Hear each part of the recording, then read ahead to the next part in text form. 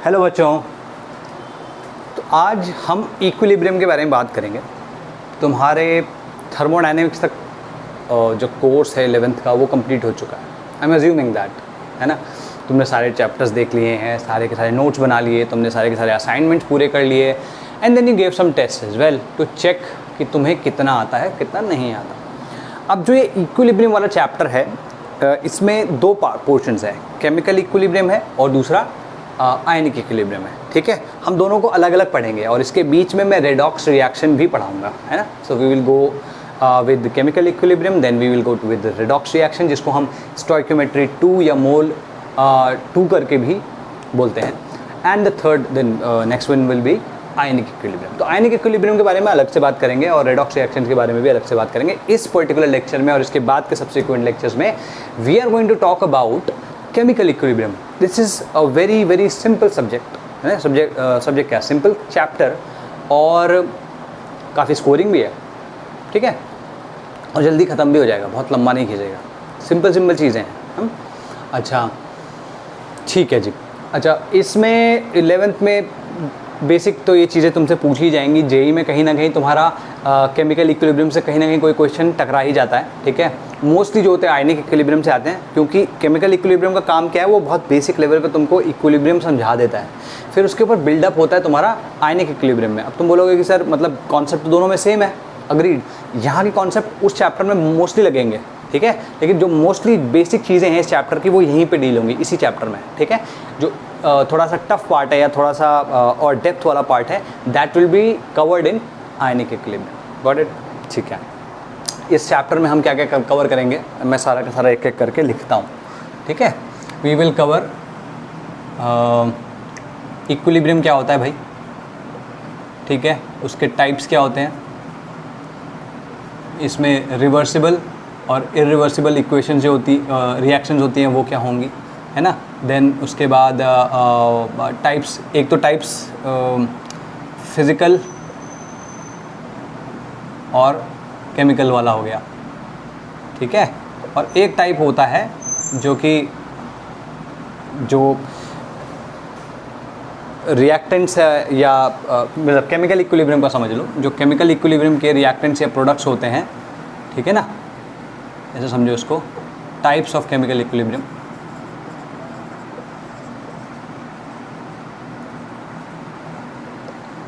ठीक है, इसमें तुम्हारा होमोजेनस मतलब इसमें जितने भी रिएक्टेंट या प्रोडक्ट होंगे वो एक ही स्टेट में होंगे, या तो सारे के सारे गैसेस होंगे, या सारे के सारे लिक्विड होंगे, या सारे के सारे एक्वस, या सारे के सारे सॉलिड स्टेट में होंगे। ठीक है, होमोजेनस और देन हेट्रोजेनस। तो बहुत ज़्यादा डिटेल में ना जाके कुछ बेसिक्स बता देता हूँ। हेट्रोजेनस, ठीक है, फिर लॉ ऑफ मास एक्शन आता है,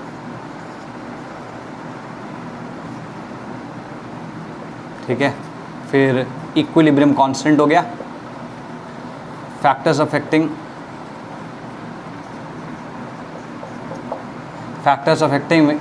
इक्विलिब्रियम,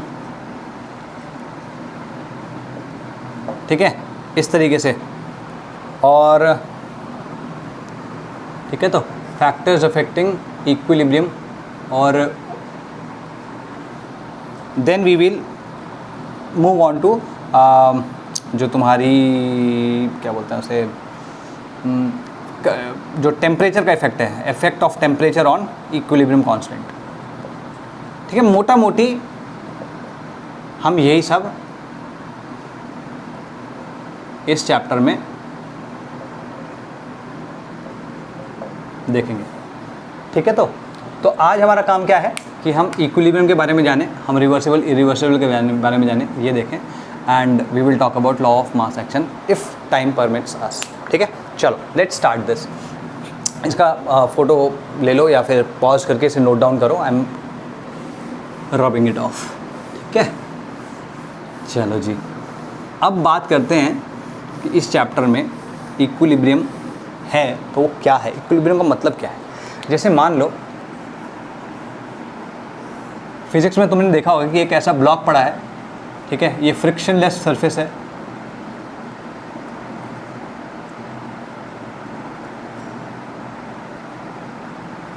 ठीक है, ये तुम्हारा मान लो मैंने इस पर फोर्स लगाया। अगर मैं इस पर फोर्स, चलो इस इधर नहीं लगाते, इधर लगा देते हैं because this is a forward direction usually. मैंने इधर से इस पर फोर्स लगाया, अब फ्रिक्शनलेस सरफेस है, it should move in this direction. Clear होगी बात? लेकिन मान लो शुरुआत से ही मैंने एक F फोर्स इधर लगाया और सेम मैग्नीट्यूड का फोर्स इसके ऑपोजिट लगा दिया, will this block move now? क्या ये ब्लॉक मूव करेगा? बताओ, नहीं करेगा ना। इतना तो सबको ही पता है, मैकेनिक्स इतनी तो पढ़ी ली होगी कि भाई अगर नेट फोर्स ज़ीरो है किसी भी बॉडी पे तो उसका मूवमेंट ज़ीरो है। तो अगर मैं देखूँ इसकी पोजीशन चेंज नहीं हो रही है ना, इसकी पोजीशन चेंज नहीं हो रही है, इसमें फोर्सेस भी इक्वल है। Got it?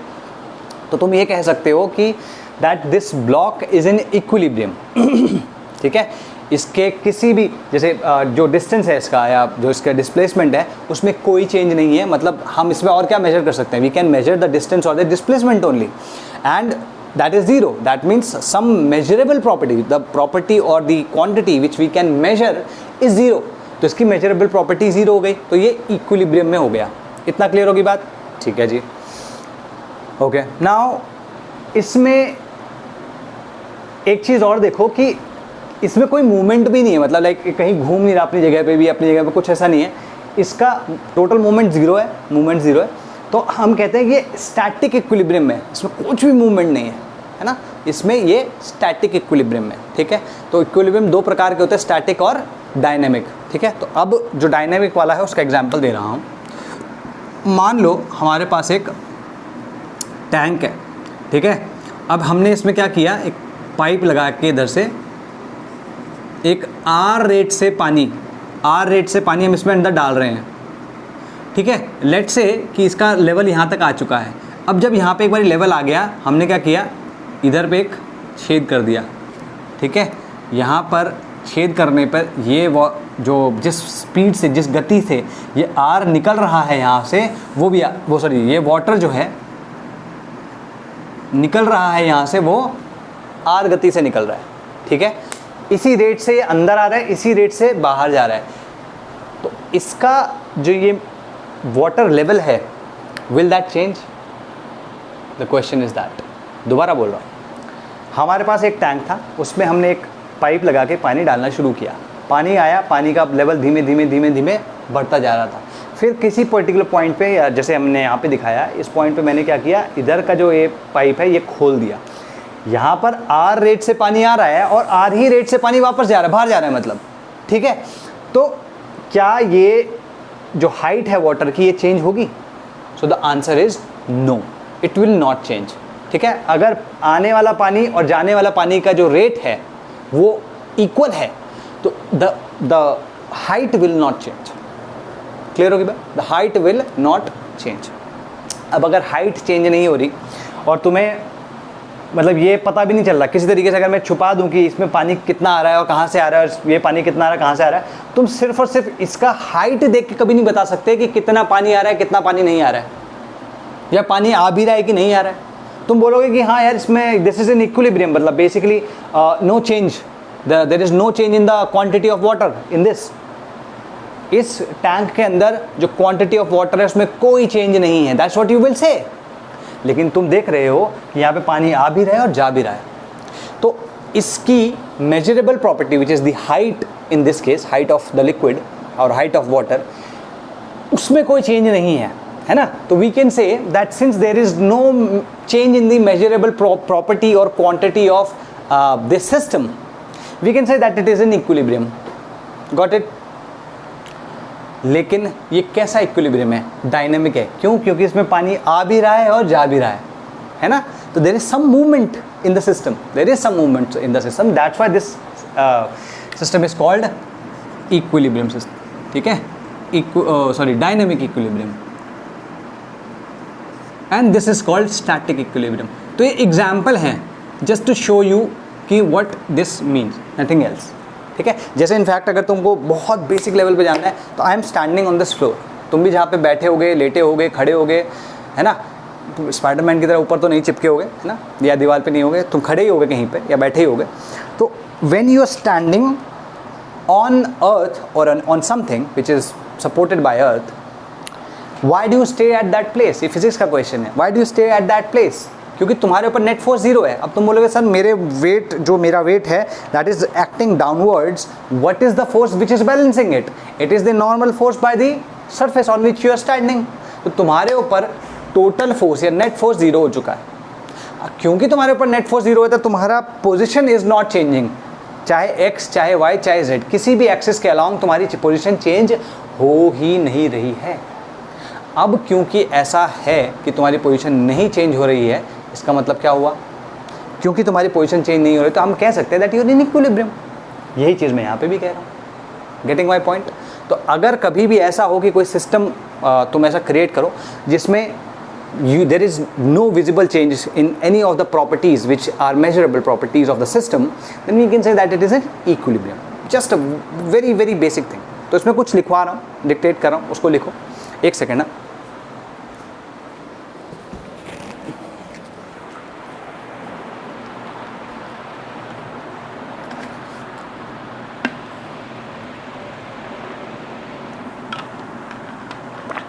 लिखो, when forward and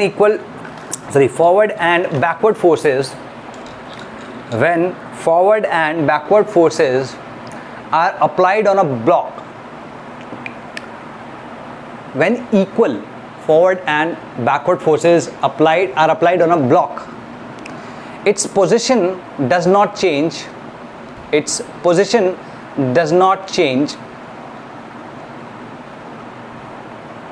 because the net force on the block is zero. ठीक है, on the block is zero. The block is said to be in static equilibrium.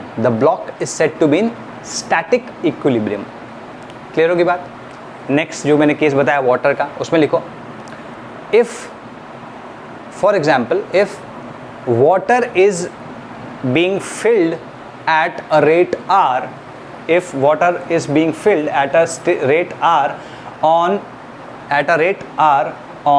in a tank at a rate r in a tank, the water level in the tank will rise.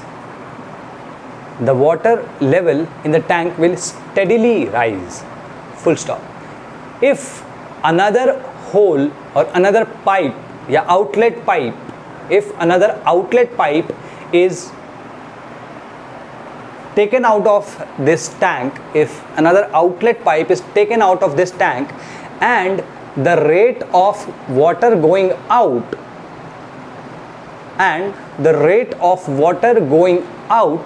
is also r, then the level of water inside the tank does not change. ठीक है? Since there is no visible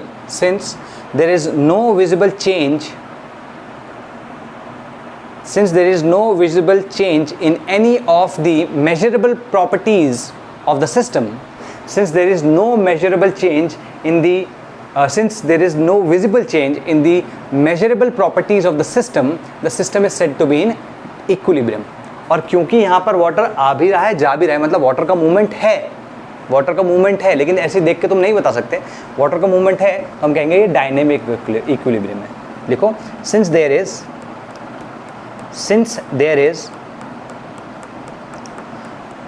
movement of water, we call the equilibrium to be a dynamic equilibrium. ठीक है? Clear होगी बात? Okay. तो अगर हमें define करना है तो हम कैसे इसको बोलेंगे? लिखो इसको, whenever मतलब इक्विलिब्रियम को अगर तुम डिफाइन करने की कोशिश करो, मैं उसके बेसिस पे बोल रहा हूँ, हालांकि मैं इसको अच्छे से डिफाइन आगे करूँगा क्योंकि हमें जेनेरिक इन्फॉर्मेशन नहीं चाहिए, हमें इक्विलिब्रियम को किसी एक रिएक्शन के, केमिकल प्रोसेस या फिजिकल प्रोसेस के कॉन्टेक्स्ट में डिफाइन करना है। अभी तो मैंने एक नॉर्मल प्रोसेस के के कॉन्टेक्स्ट में इसको डिफाइन किया है, ठीक है? अभी के बेस पे लिख लो कि whenever there is no change in any of the, there is no visible change in any of the whenever there is no visible change in any of the measurable properties of the system, whenever there is no visible change in any of the measurable properties of a system, the system is said to be in equilibrium. The system is said to be in equilibrium. ठीक है जी, clear होगी बात? चलो अब जो इस particular chapter का context है उस पर बात करते हैं। यहाँ पर हम मोस्टली दो ही इक्विलिब्रियम पढ़ेंगे, जिसमें हम एक तो फिजिकल इक्विलिब्रियम मैंने बताया था और एक दूसरा केमिकल इक्विलिब्रियम। 95% या more than 95% of the cases या जो क्वेश्चंस होंगे वो केमिकल इक्विलिब्रियम के होंगे। ठीक है, तो हम थोड़ा रिएक्शंस के बेसिस पे इसको समझाने की या समझने की कोशिश करते हैं, है ना। तो सबसे पहले हमें यहाँ पे लिखना है टाइप्स ऑफ रिएक्शंस। ठीक है, कि टाइप्स ऑफ रिएक्शंस क्या होती हैं। तो भाई सीधे सीधे बता देते हैं, there are two types of reactions. First is irreversible,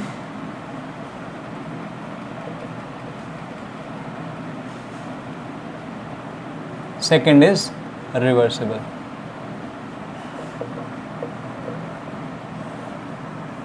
अब ये इररिवर्सिबल रिवर्सिबल क्या है, इस पर थोड़ा सा बात करते हैं, इसको समझने की कोशिश करते हैं। भाई देखो, मोल कॉन्सेप्ट मैंने तुम्हें पढ़ाया, स्टोइकियोमेट्री मैंने तुम्हें पढ़ाया, तो मैंने हमेशा क्या किया, इस तरीके की कोई इक्वेशन लिखी होगी ना मैंने। ओ भाई एक second, A plus B gives C plus D. और मैंने हमेशा ये कहा कि that whenever they react they will get completely consumed and get converted into this. ये रिएक्टेंट होते हैं ना, ये तो पता है, ये प्रोडक्ट होते हैं। मैं दोबारा नहीं लिख रहा हूँ, तो ये रिएक्टेंट है, ये प्रोडक्ट है, और ये शो कर रहा है कि ट्रांजिशन हो रहा है रिएक्टेंट का प्रोडक्ट्स में। Reactants are getting converted into products. Got that? ठीक है, मैं हमेशा से कहता रहा हूँ कि वहाँ पर मोल कॉन्सेप्ट में कहीं भी मैंने इक्वेशंस का अगर यूज़ किया होगा तो मैंने क्या बताया कि reactants always get completely converted into products. मतलब ऐसा होगा कि फाइनल में इन दोनों में से एटलीस्ट एक ज़ीरो हो चुका होगा, जब हम रिएक्शन खत्म हो जाएगी तो एटलीस्ट एक ज़ीरो हो चुका होगा और ये बन चुके होंगे जितना बनना होगा इनको। हो सकता है इनमें से कोई एक बच भी जाए, तो जो बचता है वो कौन सा होता है, वो एक्सेसिव रिएजेंट होता है, और जो खत्म हो जाता है वो लिमिटिंग रिएजेंट हो जाता है ना। तो यही सब बातें हमने करी हैं अभी तक कि कोई रिएक्शन है वो कंप्लीट होती है तो उसका मतलब उसमें से कोई ना कोई एक रिएक्टेंट खत्म हो जाता है, जो रिएक्टेंट खत्म हो जाता है वो लिमिटिंग रिएजेंट होता है, यही बात करिए ना। तो जो भी इस टाइप की रिएक्शंस मैंने बताई थी पहले, वो सारी की सारी इरिवर्सिबल रिएक्शंस थी, सारी की सारी इरिवर्सिबल रिएक्शंस थी। ये ध्यान रखना, सारी की सारी इरिवर्सिबल रिएक्शन थी। Got it? तो अब तक हमने बात सिर्फ और सिर्फ इरिवर्सिबल रिएक्शंस की है।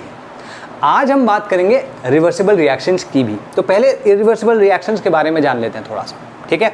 तो इसमें लिखो, so far we have studied only irreversible reactions. So far we have studied only irreversible reactions, ठीक है। Irreversible reactions which move in only one direction. One के आगे फॉरवर्ड लिख लेना। भाई देखो, यहाँ से यहाँ जा रहे हैं, मतलब reactants are getting converted into products. तो ये रिएक्टेंट्स है, क्योंकि इस एरो के पीछे अगर लिखा होगा तो ये रिएक्टेंट होता है, ठीक है, और इस एरो के पीछे आगे लिखा होगा तो ये प्रोडक्ट होता है। क्लियर है? तो reactants are getting converted into product मतलब reaction is moving in the forward direction, मतलब reactants to products is a forward direction reaction. ये क्लियर होगी बात? तो इसमें हमेशा एक ही डायरेक्शन में मूव होती है ना। So far we have studied only about irreversible reactions which move in only one direction. One के आगे ब्रैकेट में लिख लेना फॉरवर्ड, ठीक। In this chapter we will study reversible reactions. In this chapter we will study reversible reactions which move in both forward and backward direction, in both forward and backward directions simultaneously, एक साथ। ऐसा नहीं कि पहले इसमें convert होगा फिर ये आएगा इसमें, नहीं, it will keep happening simultaneously। ये इनमें भी चेंज, मतलब A B are getting converted into C D and C D are also getting converted into A B. ठीक है, क्लियर होगी बात। तो reactants are getting converted into products and products are getting converted into reactants simultaneously. तुम कहोगे sir तो अगर मैं एक कदम आगे चल रहा हूँ और एक कदम पीछे भी चल रहा हूँ, like for example you are moving in on a conveyor, तुम एयरपोर्ट गए हो या मे बी एस्केलेटर्स में गए होगे, तो अगर एस्केलेटर नीचे आने वाली एस्केलेटर है, तुम उस पर चढ़ने की कोशिश करो तो you will not actually be moving, है ना। अगर तुम अपनी गति उतनी ही बना लो जितनी गति उस एस्केलेटर की है, तो तुम्हारा मूवमेंट नहीं होगा, है ना। You will be keep moving downwards, sorry the escalator will keep moving downwards and you will keep moving upwards, but there will be no net change, है ना। तो सेम वे यहाँ पे भी हो रहा है कि reactants are getting converted into products, लेकिन क्योंकि products are getting converted into reactants, तो usually there is sometimes there is no visible change. तो जब ऐसा होता है तब इक्विलिब्रियम होता है। लेकिन अगर मान लो जिस रफ्तार से तुम उस एस्केलेटर पे जा रहे हो, अगर तुम बहुत तेज़ी से जाते हो, मतलब बहुत तेज़ी से जा रहे हो, तो भी तुम आगे मूव कर सकते हो। हालांकि थोड़ी स्लोली मूव करोगे, लेकिन फिर भी तुम आगे मूव कर सकते हो। Getting my point. तो रिएक्शन आगे मूव कर रही है, लेकिन प्रोडक्ट भी साथ साथ रिएक्टेंट में कन्वर्ट हो रहे हैं। Got it? ठीक है जी, इसमें लिखो। ठीक है, हेंस इट इज़ पॉसिबल। यहाँ पे तो क्या है, सॉरी पहले वाले में, इरिवर्सिबल वाले में, क्योंकि एक ही डायरेक्शन में मूव कर रही है तो there is no equilibrium possible. तो लिखो, since irreversible reactions move in only one direction, since irreversible reactions move in only one direction, there is no chance of equilibrium ever happening. क्यों? क्योंकि भाई जब तक कि फॉरवर्ड और बैकवर्ड फोर्स दोनों ना हो, तब तक कहाँ से इक्विलिब्रियम की बात आती है कि नहीं। जब तक कि उस ब्लॉक पे एक ही फोर्स लग रहा था तो वो एक ही तरफ मूव कर रहा था, जब तक कि इस टैंक के अंदर सिर्फ वाटर आ रहा था तो उसका वाटर लेवल एक ही डायरेक्शन में चेंज हो रहा था। अगर वाटर आ रहा था तो वो सीधे सीधे ऊपर जा रहा है, water level is going up. अगर मान लो मैं इनलेट बंद कर देता हूँ, सिर्फ आउटलेट खोल देता हूँ, तो water level will go down, but it will keep moving in one direction only, it will not stop anywhere. जब तक पानी खत्म नहीं होगा तब तक पानी बाहर निकलता रहेगा, या जब तक ओवरफ्लो नहीं होगा टैंक तब तक इसके अंदर पानी आता रहेगा। Getting my point?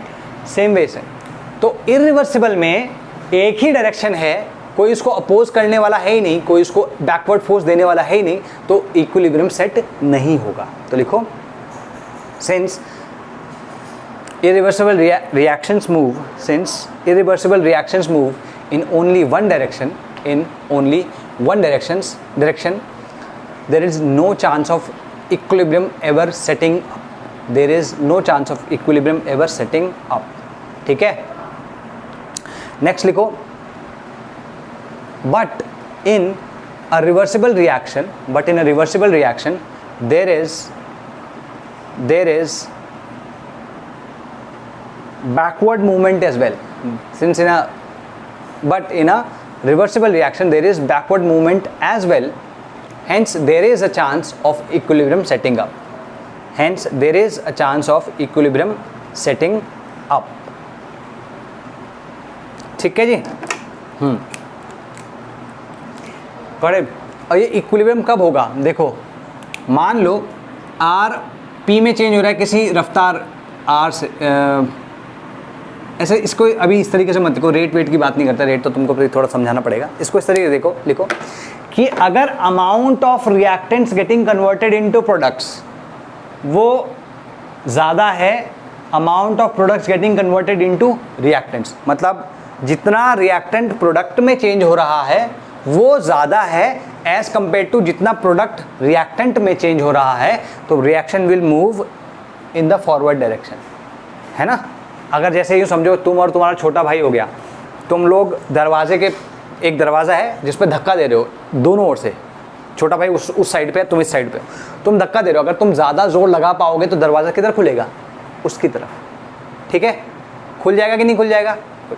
अगर मान लो वो ज़्यादा जोर लगा पाए तो दरवाज़ा बंद भी हो सकता है कि नहीं। तो जिस तरफ का फोर्स थोड़ा ज़्यादा है, जिस तरफ का मूवमेंट थोड़ा ज़्यादा है, उधर की तरफ मूवमेंट हो जाएगा, है ना। तो लिखो, if the amount of reactant getting converted, if the amount of reactant getting converted into product, if the amount of reactant getting converted into product is more than the amount of product getting converted into reactant is more than the amount of product getting converted into reactant, then the reaction will move in the forward direction. उल्टा मतलब अगर मैं इसके उल्टे की बात करूं तो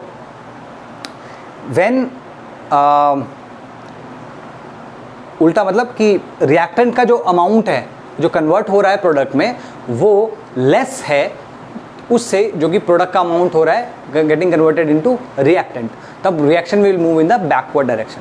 लिखो if the amount of reactant getting converted into product, if the amount of reactant getting converted into product is less than the amount of product getting converted, if the amount of reactant getting converted into product is less than the amount of product getting converted into reactant, then the reaction is moving in the forward direction. और जब दोनों के दोनों equal हो जाए, जब ये दोनों के दोनों अमाउंट इक्वल हो जाए तो इक्विलिब्रियम है. ठीक है, तो इसे लिखो when the amount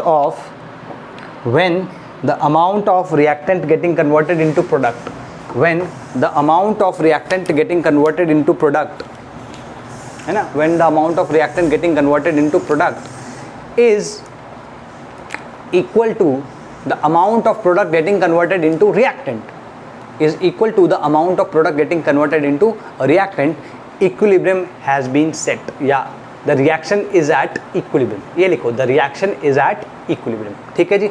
अब irreversible को देखो. irreversible में अगर तुम ध्यान से देखोगे it is moving in only one direction. ठीक है ना, और इसमें तुम्हें सिर्फ और सिर्फ एक एरो दिखेगा. रिएक्टेंट सिर्फ और सिर्फ प्रोडक्ट में कन्वर्ट हो रहे हैं. ठीक है, अगर तुम देखोगे तो क्या कहते हैं इसमें लिमिटिंग रिएजेंट होता है. ये सारी प्रॉपर्टीज़ है, ये मैं लिखवाता हूँ तुमको. तो लिखो इसमें इरिवर्सिबल रिएक्शन की डेफिनेशन पहले लिख लो, फिर ये चीज़ें लिखेंगे. Reactions which can proceed in a single direction, reactions which can proceed in a single direction, that is reactants can be converted into products. ठीक है, reactions which move in a single direction, reactants which move in a single direction, that is reactants can be converted into products. Reactants can be converted into products, but products can't be converted into reactants. ठीक है, तो यहाँ पे तुम देखो और यहाँ पे सिर्फ और सिर्फ एक एरो दिखता है. तुम कहोगे सर हमने तो आज तक यही देखा है, इसके अलावा और कौन सा होता है? तो आज तुम्हें कुछ नया पता चलेगा. ठीक है, it is shown by only a single arrow. तो इसकी कैरेक्टरिस्टिक्स लिख लो भाई. 4-5 कैरेक्टरिस्टिक्स हैं, सारी की सारी कैरेक्टरिस्टिक्स लिखो इसकी. ठीक है भाई, कैरेक्टरिस्टिक्स लिखो पहली. ठीक है, proceeds in single direction reactant to product, that is the first one. Proceeds in single direction reactant to product.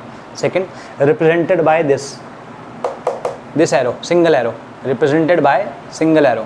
Second लिखना ऑलवेज गोज टू कंप्लीशन, मतलब ये कंप्लीट हो जाएगी. इनमें से कोई ना कोई एक जीरो हो जाएगा, फॉर श्योर है. इन दोनों में से कोई ना कोई एक जीरो हो जाएगा. Got it.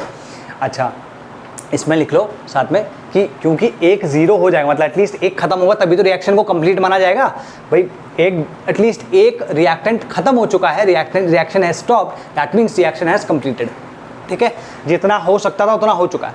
तो इसलिए यहाँ पर लिमिटिंग रिएजेंट का फंडा भी आता है. तो लिखो involves limiting reagent, involves limiting reagent. ठीक है, और एक पर्टिकुलर पॉइंट अभी लिखवा रहा हूँ, इसको अभी समझाऊंगा नहीं, इसको बाद में समझाऊंगा. इसको लिखो टेक्स प्लेस, इरिवर्सिबल रिएक्शन जो होती है it takes place in an open container. ठीक है, it takes place in an open container, ये ध्यान रखना. तो 4-5 हो गई है. ठीक है, एग्जाम्पल के तौर पे इसमें देखो कि जैसे तुम्हारा तुमने कुछ गलत काम किया और पिताजी ने तुम्हें पेल दिया, मतलब कूट दिया. ठीक है, तो तुम्हें गुस्सा आया, तुमने उनके पैसे पड़े हुए तो तुमने उसे पैसे जो है वो आग लगा दी, जला दिया। तो टेल मी, अगर उन्हें पता चलेगा तो क्या होगा, है ना? जब उन्हें पता चलेगा तो तुम्हें और कूटेंगे। But can that money ever come back? तुम कितनी भी मिन्नतें कर लो, कोई भी तपस्या कर लो, वो जला हुआ पैसा जो है, जो राख बन चुका है, क्या वो फिर से पैसे में कन्वर्ट हो जाएगा? नहीं, है ना? तो कभी भी तुम देखोगे कि कोई सी भी कंबस्शन रिएक्शन होती है, it is not reversible, it is irreversible. Got it? ठीक है ना? और जो तुम्हारी कुटाई हुई है वो भी तुम्हारी इरिवर्सिबल है भाई। जितनी कुटान होना था उतना हो गया, जहाँ जहाँ लाते पड़ने थी, घुसे पड़ने थे, दर्द होना था वहाँ पे हो ही रहा है ना? There is nothing reversible about it कि वो चाटा मैं वापस ले लूँ, है ना? नहीं हो सकता। तो तुम देख रहे हो कि कुछ प्रोसेस हैं जो कि इरिवर्सिबल है, उनको रिवर्स करना पॉसिबल ही नहीं है। तो उनके एग्जाम्पल्स लेते हैं हम, ठीक है? तो इसमें लिखो एग्जाम्पल, ऑल कंबस्शन रिएक्शंस, ठीक है? All combustion reactions, these are. Second is all precipitation reactions, ठीक है? ऑल प्रेसिपिटेशन रिएक्शंस, एक एक करके इसमें लिखवाता हूँ मैं जरा, ठीक है? ऑल प्रेसिपिटेशन रिएक्शंस, जैसे एग्जाम्पल के तौर पे कंबस्शन रिएक्शन हो गया तुम्हारा CH4 plus O2, 1 2 3, 2O2 gives CO2 plus 2H2O, ठीक है? ओके। अच्छा, दूसरा क्या बोला मैंने? Precipitation reaction. तो अगर मान लो मैं ये कर रहा हूँ,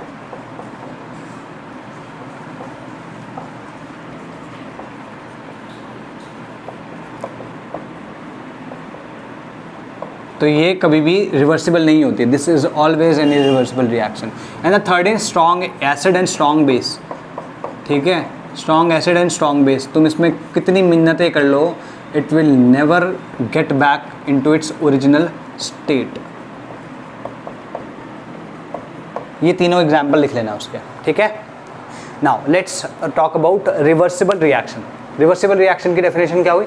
जो दोनों डायरेक्शन में हो रही हो, ठीक है? रिएक्टर भी प्रोडक्ट में चेंज हो रहा है, प्रोडक्ट भी रिएक्टर में चेंज हो रहा है। तो लिखो reactions which can proceed in both direction, forward and backward. Reactions which can proceed in both the directions, forward and backward, that is reactant can be converted into product, reactant can be converted into product, as well as product can be converted into a reactant, product can be converted into a reactant। अब तुम बोलोगे कि sir product reactant में convert हो रहे तो हमको उसको लिखेंगे कैसे? क्या हम इसको इस तरीके से लिखेंगे? तो देखते हैं ज़रा किस तरीके से इसको हम लिखने की कोशिश करते हैं। देखो भाई, आर और पी तो समझ में आ रहा होगा ना, ठीक है? जो लेफ्ट में लिखा वो आर है, जो राइट में लिखा वो पी है। यहाँ पर सी प्लस डी को अगर मैं ऐसे लिख दूँ कि it is giving A plus B, तो इसका मतलब क्या हुआ? ये तो एक डायरेक्शन हो गया और ये दूसरा है जिसको मैंने इस तरीके से लिख दिया। अब इस केस में ये रिएक्टेंट है, ये प्रोडक्ट है। हालांकि कंसिडर कि ये रिएक्शन मैंने ऐसे लिखी है, ये इधर भी मूव कर रही है और इधर भी मूव कर रही है, जिसको मैंने ऐसे दिखाया, ठीक है? तो हम हमेशा दो अलग अलग इक्वेशन ऐसे नहीं लिखते, हम इसे एक ही में कैसे रिप्रेजेंट कर सकते हैं? हम इसे एक ही में रिप्रेजेंट करते हैं। मतलब ये समझो, इनका निचोड़ जो है वो है ये a plus B C plus D. तो a ऊपर वाला जो एरो वो क्या बता रहा है कि a plus is getting converted into c plus D, और साथ साथ ये नीचे वाला एरो बता रहा है कि c plus D is also getting converted into a plus B. Getting my point? तो दोनों फॉरवर्ड डायरेक्शन ही हो गया, रिवर्स डायरेक्शन ही हो गया, दोनों को एक साथ लिखने का तरीका ये है। तो मैंने तुम्हें बताया था ना कि इक्विलिब्रियम का साइन होता है ना? तो इरिवर्सिबल में एक ही एरो होता है, एक डायरेक्शन में चाहे, है ना? लेकिन रिवर्सिबल में दो डायरेक्शन के एरोज होते हैं जो कि हम इस तरीके से लिखते हैं। तो this sign is called sign of equilibrium, है ना? इक्विलिब्रियम साइन है। हालांकि इसका मतलब यही नहीं कि इक्विलिब्रियम सेट हो गया। अभी इसका मतलब यह है कि यहाँ पर this reaction is reversible reaction,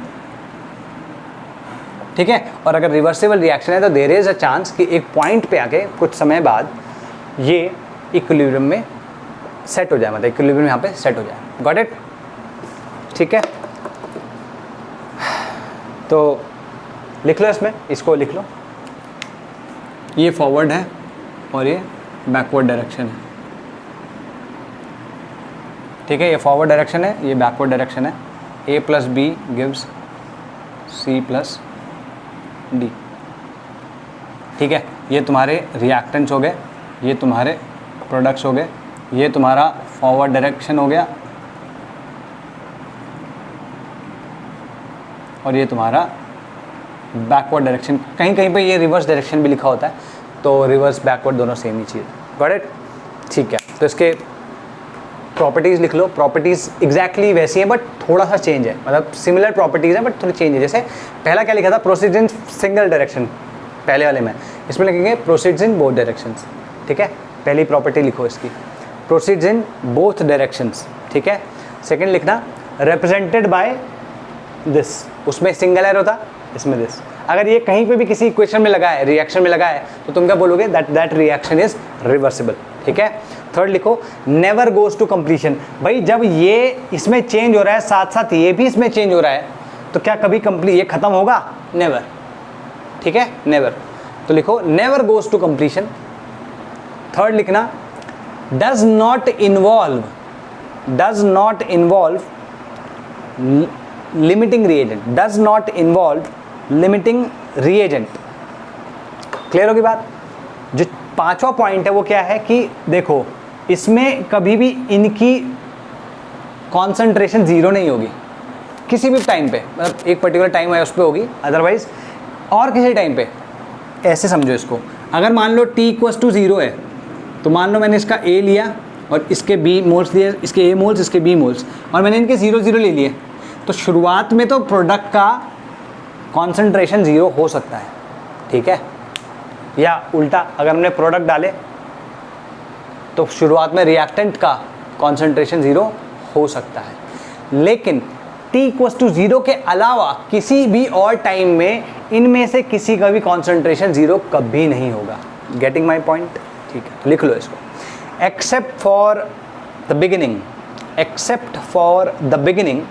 bracket में लिखना t equals to 0। Except for the beginning t equals to 0, concentration of reactants and products will never be zero, getting my point? ठीक है, तो t equals to 0 पे reactant की भी 0 हो सकती है और प्रोडक्ट की भी 0 हो सकती है, क्योंकि एक केस तो ये वाला हो गया। तुमको अगर सही में से दिखाना है तो तुम इस तरीके से दिखा सकते हो, भाई t इक्वल्स टू 0 पे ये दोनों 0 हैं, ये c और ये d है। तुम बोलोगे सर ये तो प्रोडक्ट दिए हैं, तो ये क्या होगा इसमें? तो प्रोडक्ट दिए हैं अगर, तो this will move in backward direction. ठीक है, और बैकवर्ड डायरेक्शन में मूव करते करते साथ साथ फिर धीमे धीमे फॉरवर्ड डायरेक्शन में भी रिएक्शन मूव करने लगेगी। Getting my point? ठीक है, इसको अगर तुम्हें समझ में ना आ रहा हो कि सर ये प्रोडक्ट से रिएक्टेंट में कैसे जाएगा, तो भाई अगर पहले प्रोडक्ट की जगह पहले C और D दिए हैं, तो instead of writing it like this, can't we write it like this?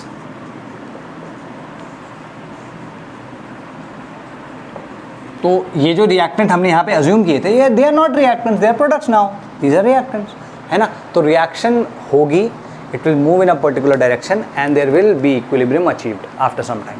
लेकिन t इक्वल्स टू 0 के अलावा किसी भी टाइम पे A B C D या रिएक्टेंट या प्रोडक्ट की कॉन्सेंट्रेशन 0 नहीं होगी। Getting my point? ठीक है, 6th वाला लिख लो कि it is always it takes place in an closed container. तो इरिवर्सिबल रिएक्शन हमेशा ओपन कंटेनर में होती है, रिवर्सिबल रिएक्शन हमेशा क्लोज कंटेनर में होती है, ये ध्यान रहेगा। ठीक है, अब एक चीज़ का एग्जाम्पल मैं यहाँ पे लिख रहा हूँ, जैसे मैंने ये लिखा,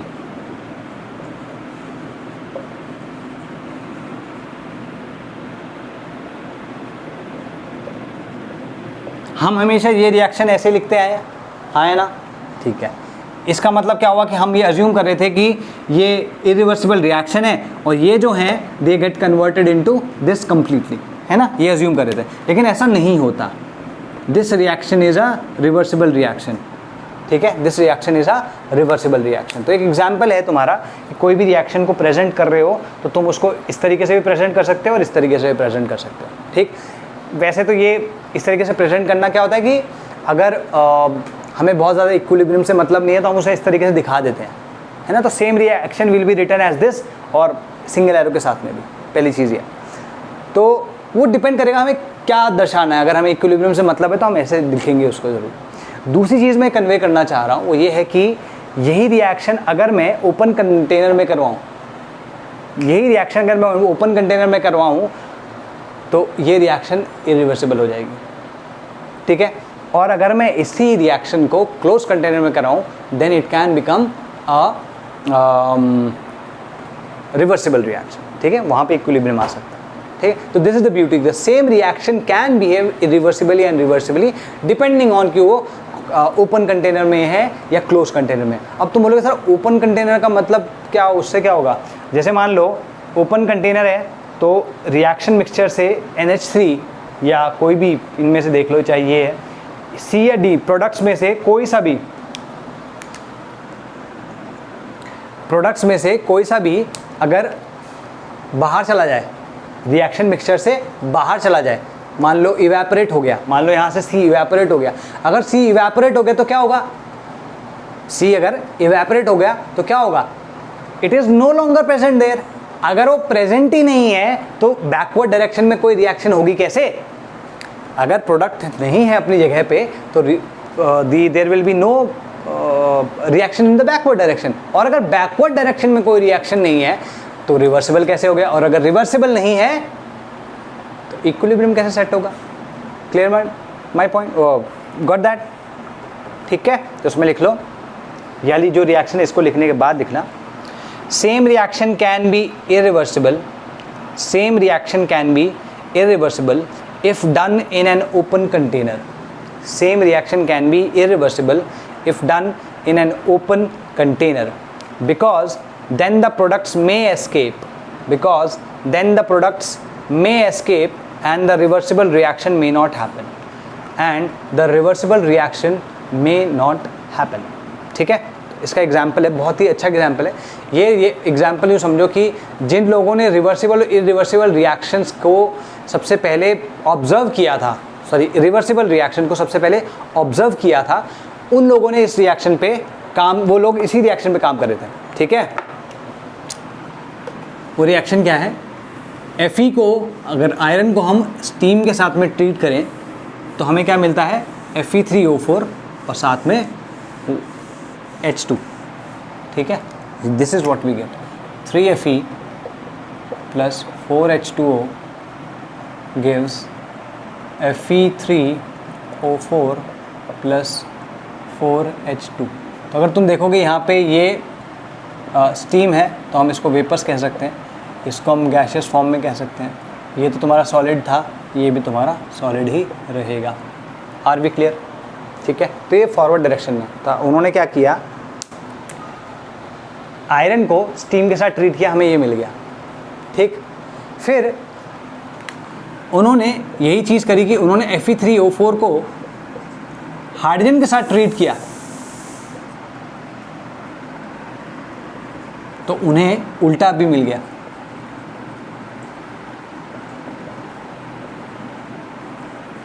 तो उन्होंने कहा यही रिएक्शन जब हम थोड़ा डिफरेंट तरीके से कर रहे हैं, मतलब डिफरेंट कंडीशंस में या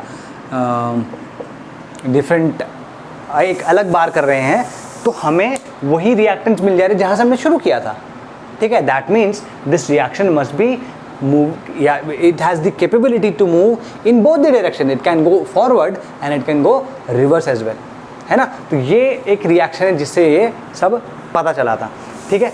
पता कैसे चला कि जब इन्होंने ये रिएक्शन ओपन कंटेनर में करवाई तो ये रिएक्शन ऐसे ऐसे मूव कर रही थी, लेकिन जब इन्होंने यही रिएक्शन क्या बोलते हैं उसे, यही रिएक्शन क्लोज कंटेनर में करवाई तब ये रिएक्शन कंप्लीशन तक नहीं पहुंची, ठीक है। तो लिखो इसमें,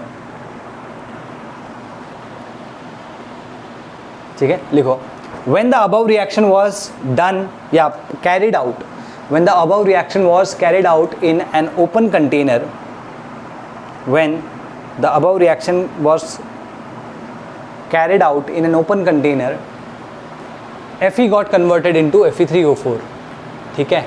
Fe got converted into Fe3O4, ठीक है। When the same reaction was got converted मतलब got completely converted into Fe3O4, but when the same reaction was carried out in a closed container, when the same reaction was carried out in the same container, the reaction did not reach its completion. ये like या फिर not all the iron got converted into Fe3O4. Not all of Fe got converted into Fe3O4. When the reverse reaction was carried out, they were able to get the reactants of the previous reaction. When the reverse reaction was carried out, they were able to get the reactants of the previous reaction, है ना, ये reactants of the previous reaction. So they concluded that this reaction must be going in both the directions. So they concluded that this reaction must be going in both the directions. Getting my point? ठीक है, तो उन्होंने इसी reaction को फिर इस तरीके से रिप्रेजेंट कर दिया. मैं भी इनकी स्टेट नहीं लिख रहा हूँ. What I am interested more in is, ठीक है, तो ये हो गया. Getting my point? ठीक, अच्छा, और ठीक है, इसमें अगर तुम देखो कि लेट्स से कि फॉरवर्ड का जो रेट था, या यूँ समझो फॉरवर्ड का जो रेट है वो, ये फॉरवर्ड डायरेक्शन है ना, उसका रेट है मान लो RF, ठीक है. अच्छा, ये बैकवर्ड डायरेक्शन है और लेट्स से इसका जो रेट है वो RB है ना. तो जो T=0 होगा उसमें सिर्फ और सिर्फ रिएक्टेंट प्रेजेंट होगा कि नहीं होगा? भाई बिल्कुल शुरुआत में तुम बोलोगे सर प्रोडक्ट भी तो प्रेजेंट हो सकता है, अग्रीड. बट इन जनरल अगर तुम देखो इन रिएक्शन का पर्पस क्या होता है कि तुम रिएक्शन का जो प्रोडक्ट है वो चाहते हो, you want the product more than the reactant. Getting my point, है ना. तुमको अगर लाइक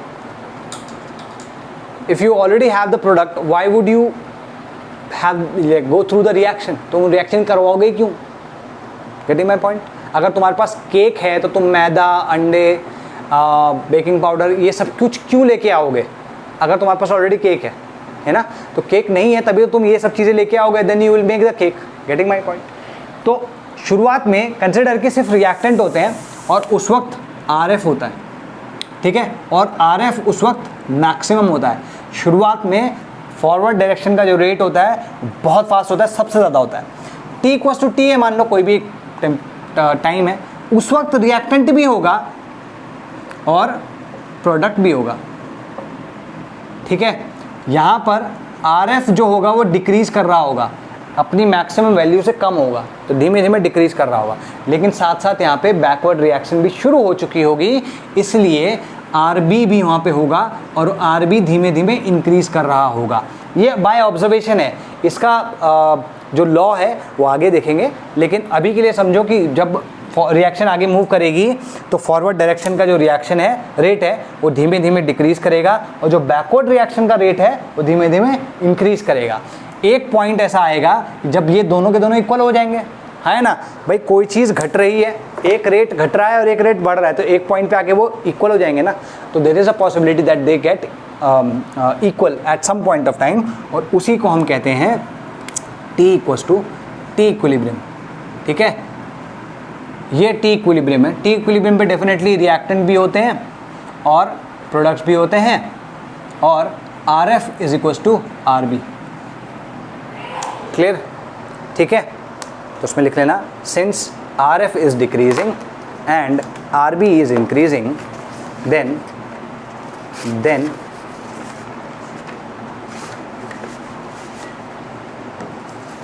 ठीक है, then they may become equal and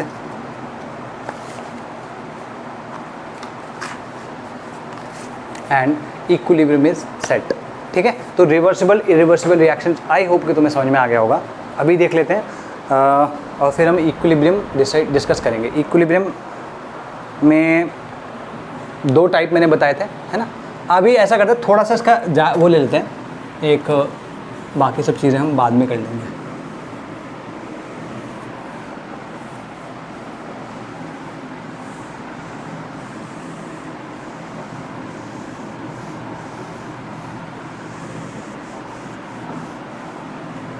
ठीक है जी। फिजिकल और केमिकल, तो लिखो types of equilibrium.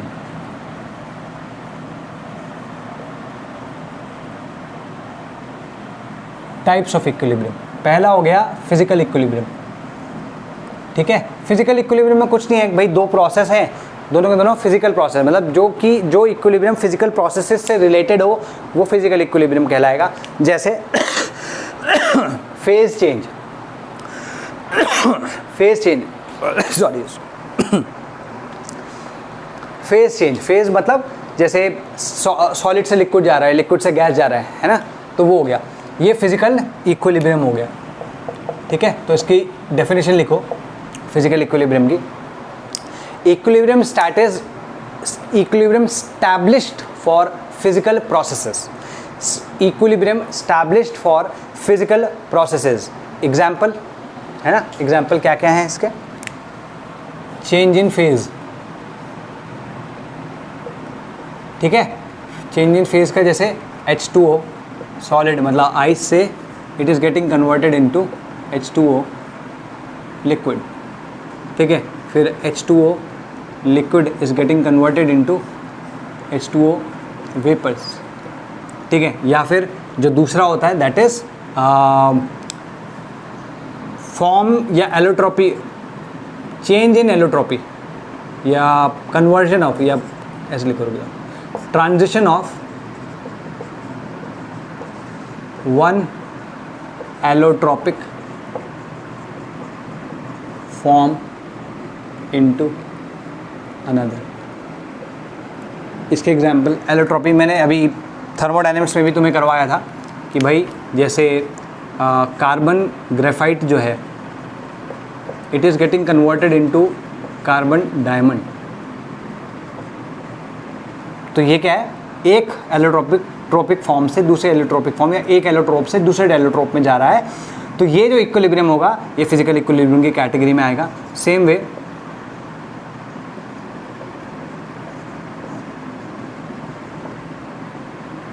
Monoclinic phosphorus, white phosphorus is getting converted into phosphorus red। ठीक है ना, क्लियर होगी बात? ये तो फिजिकल इक्विलिब्रियम हो गए। केमिकल इक्विलिब्रियम क्या होगा? केमिकल इक्विलिब्रियम होगा इसका सेम चीज़ है, जैसे ये इस्टेब्लिश हुआ था फिजिकल प्रोसेस के लिए, वो इस्टेब्लिश होगा केमिकल प्रोसेस के लिए। ठीक है, तो लिखो equilibrium, equilibrium established for, equilibrium established for a chemical process, equilibrium established for a chemical process। ठीक है, इसमें एग्जाम्पल के तौर पे अगर तुम्हें लिखना हो तो तुम लिख सकते हो N2 + 3H2, ये ऑलरेडी मैं लिखवा चुका हूँ तुमको अभी थोड़ी देर पहले ही। ठीक है, या PCl5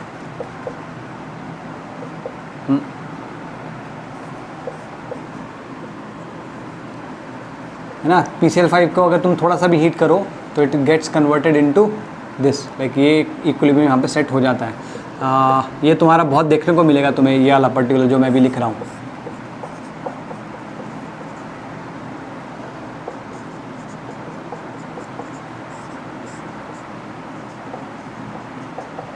ठीक है, ये कुछ एग्जांपल्स है, लिख लो इसको। ठीक है, अभी कैरेक्टरिस्टिक्स ऑफ इक्विलिब्रियम है, इसमें बहुत ज़्यादा समझाने वाला नहीं है, तो ये तो मैं पर्टिकुलर करा देता हूँ and then we can move on to the next lecture, will wait for the next lecture. ठीक है, तो इसमें लिखो कैरेक्टरिस्टिक्स ऑफ इक्विलिब्रियम। ठीक है, इक्विलिब्रियम जो है वो दोनों डायरेक्शन से रीच किया जा सकता है। ये मैं तुम्हें पहले भी बता चुका हूँ। तुम बोलोगे सर पहले कब? देखो भाई, अभी मैंने बताया था ना कि A + B getting converted into C, तो अगर हम शुरुआत A + B से करें तो भी हम इक्विलिब्रियम तक पहुंचते हैं, और अगर हम C + D से भी करें तो भी हम इक्विलिब्रियम तक पहुंचेंगे। ठीक है, तो इसको लिखो इक्विलिब्रियम कैन बी रीच्ड। ये फर्स्ट कैरेक्टरिस्टिक है, मैं इन सबको मिटा रहा हूँ भाई, ये फर्स्ट कैरेक्टरिस्टिक है। ठीक है,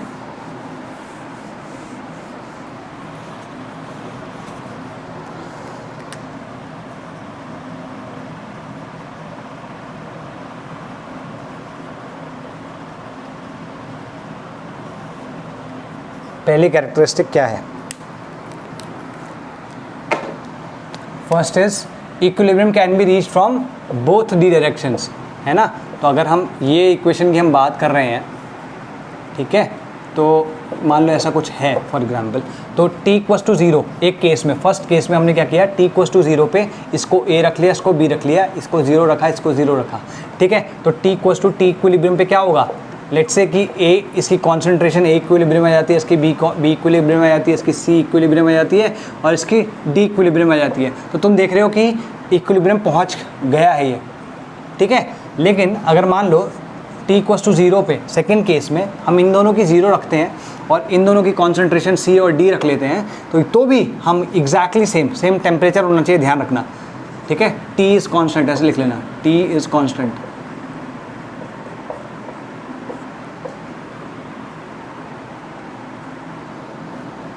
A equilibrium, B equilibrium, C equilibrium और D इक्विलिब्रियम, ठीक है जी। क्लियर होगी बात, तो उसमें लिखो, ये रख लिया। नेक्स्ट लिखो, at equilibrium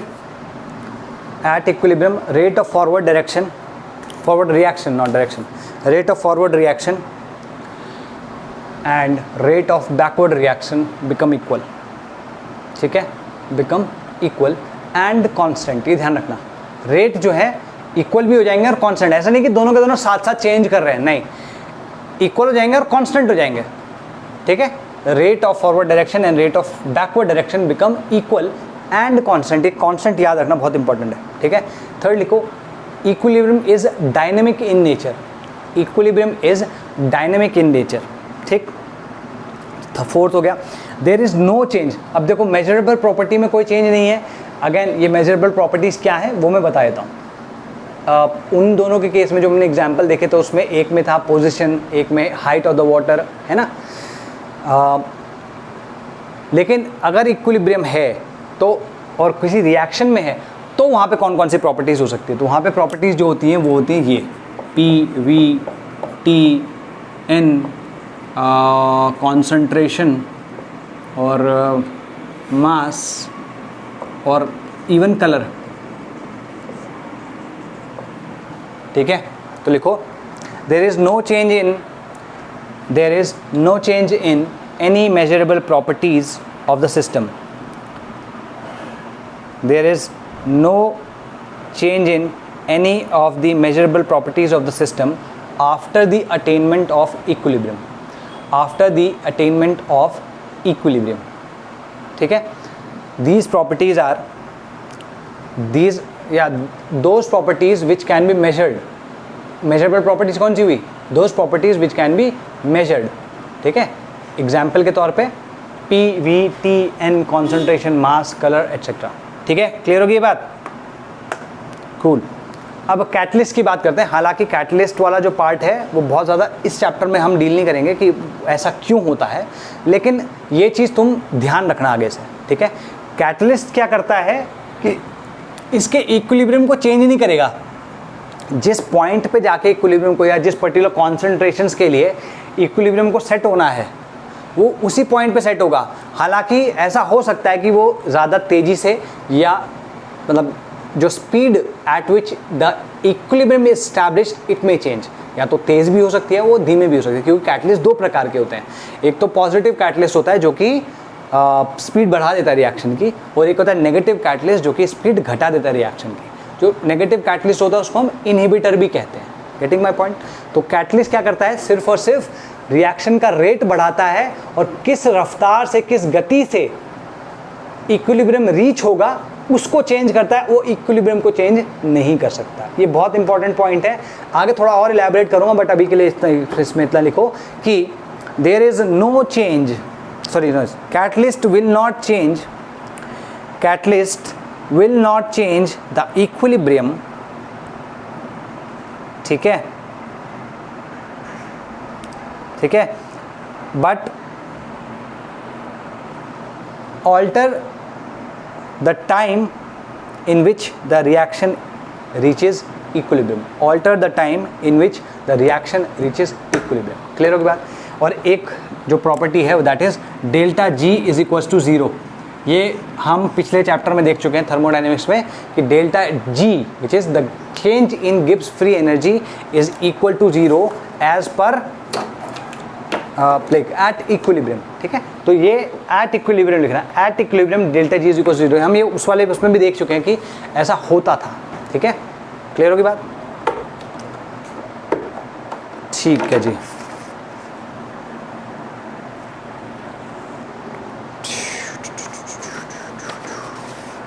कब तो टाइम हो गया, ठीक है, 1 घंटा हो गया है। ऐसा करेंगे, कल इसके डेफिनेशन लिखेंगे, कल इस पर कुछ और एग्जांपल्स देखेंगे, लॉ ऑफ मास एक्शन देखेंगे और आगे की बात करेंगे, ठीक है। चलो भाई, आज के लिए बाय बाय, टेक केयर, मज़े करो।